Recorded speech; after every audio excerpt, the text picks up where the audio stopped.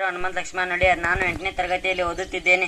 ನನ್ನ ಶಾಲೆ ಹೆಸರು ಶ್ರೀ ಜ್ಞಾನಜ್ಯೋತಿ ಕನ್ನಡ ಮಾಧ್ಯಮ ಪೂರ್ವ ಪ್ರಾಥಮಿಕ ಹಾಗೂ ಹಿರಿಯ ಪ್ರಾಥಮಿಕ ಶಾಲೆ ಅಳಗವಾಡಿ. ಇಂದಿನ ಚಟುವಟಿಕೆ ಏಕವಾರ್ಷಿಕ ಸಸ್ಯಗಳು, ದ್ವೈವಾರ್ಷಿಕ ಸಸ್ಯಗಳು, ಬಹುವಾರ್ಷಿಕ ಸಸ್ಯಗಳು ಬಗ್ಗೆ ನನ್ನ ಸ್ನೇಹಿತರು ತಿಳಿಸಿಕೊಡುತ್ತಾರೆ. ಏಕವಾರ್ಷಿಕ ಸಸ್ಯಗಳು. ಏಕವಾರ್ಷಿಕ ಸಸ್ಯಗಳು ಎಂದರೆ ಒಂದು ವರ್ಷ ಅಥವಾ ಒಂದು ಋತುವಿನ ಅವಧಿಯಲ್ಲಿ ಹೂ ಬಿಟ್ಟು ಕಾಯಿಯಾಗಿ ಹಣ್ಣಾದ ಮೇಲೆ ನಾಶವಾಗುವ ಸಸ್ಯಗಳನ್ನು ಏಕವಾರ್ಷಿಕ ಸಸ್ಯಗಳು ಎನ್ನುವರು. ತರಕಾರಿಗಳು: ಜೋಳ,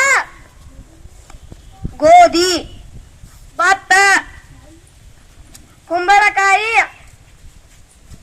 ಹತ್ತಿ. ದ್ವೈವಾರ್ಷಿಕ ಸಸ್ಯಗಳು. ದ್ವೈವಾರ್ಷಿಕ ಸಸ್ಯಗಳು ಎಂದರೆ 2 ವರ್ಷ ಅಥವಾ 2 ಋತುಗಳವರೆಗೆ ಜೀವಿಸಿ ಹೂ, ಹಣ್ಣು, ಬೀಜಗಳನ್ನು ಉತ್ಪತ್ತಿ ಮಾಡಿ ನಾಶವಾಗುವ ಸಸ್ಯಗಳು. ಕ್ಯಾಬೇಜ್, ಕಬ್ಬು, ಬೀಟ್ರೂಟ್, ಗಜ್ಜರಿ, ಶುಂಠಿ.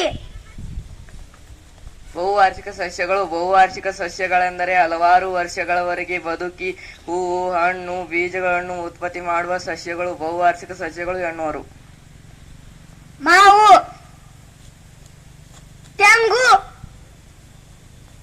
ಹಲಸು, ನಿಂಬೆ, ಬೇವು, ಅಡಿಕೆ,